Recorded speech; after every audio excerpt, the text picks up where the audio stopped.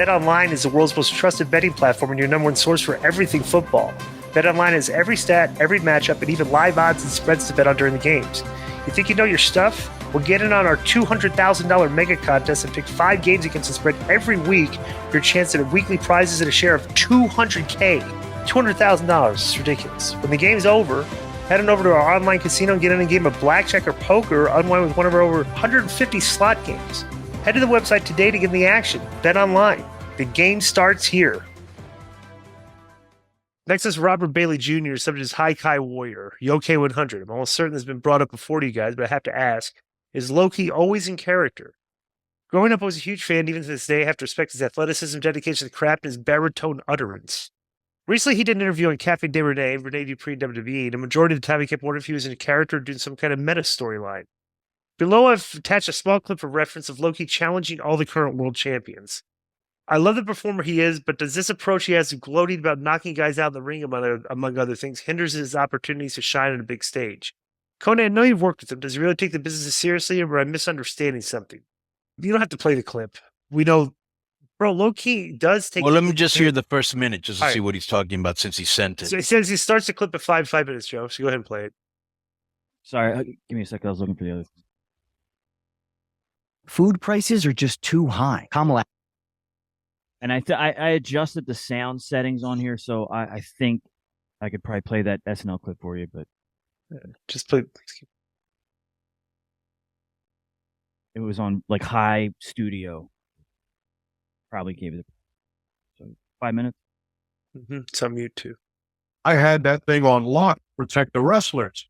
You remove it from the environment and look at what happens to the respect value, the dignity of the locker room. It goes down. Yeah. So I spoke completely in Japanese, completely directed at Satoshi Kojima for him ruining my legacy by him throwing bread. So, yes, bigger than me. Should be easy, right? Yeah. These guys are accustomed to playing with entertainers. They're not accustomed to having a full-grown adult willfully challenging them to their face. Yeah. Especially one who's not as big as they are. Right. Yeah. Yeah. So just from a traditional standpoint and what we do and what we represent, you have somebody so influential as me in the past 20, 25 years. And yet 25 years in, I'm calling on all the major champions, crickets.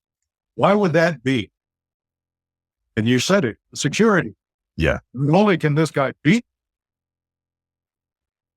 whether or not they can survive that match is going to be a completely different thing. Yeah. Because they don't know whether or not they can leave that match one piece. I still train. Yeah. So this is not a game for me. I still train, and I still train to take people out. All right. I've been coaching people the past couple of years. So Low-key's my Puerto Rican brother, and I got nothing but love for him, but he does take himself way too seriously. And the problem is he goes into the matches thinking like he goes, I'm going to call these guys out. They don't want to face me because they know I'll beat. This is not a shoot, dude. You know, and he's going in there to try to pull up, and people just want to go in there and work.